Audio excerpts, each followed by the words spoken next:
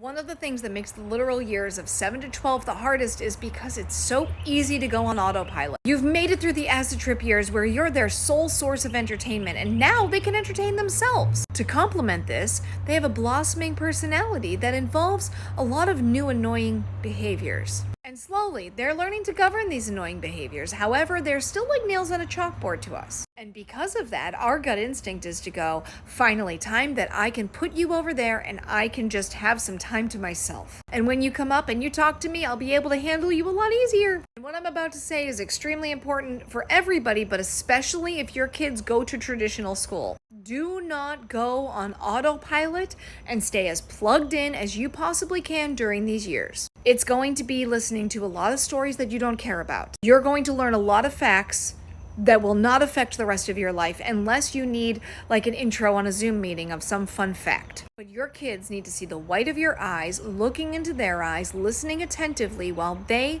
talk to you and connect. They need that connection during these years. They need you to be present and listening to them because they need to know that they matter. They need to know that you are there not only in the bad times, but in the good times. They need to know that you're not there just to reprimand them when they're bad, but to compliment and lift them up when they're just doing average things. They need to know that you are in their corner and you will fight with them when things get rough. You're not fighting against them.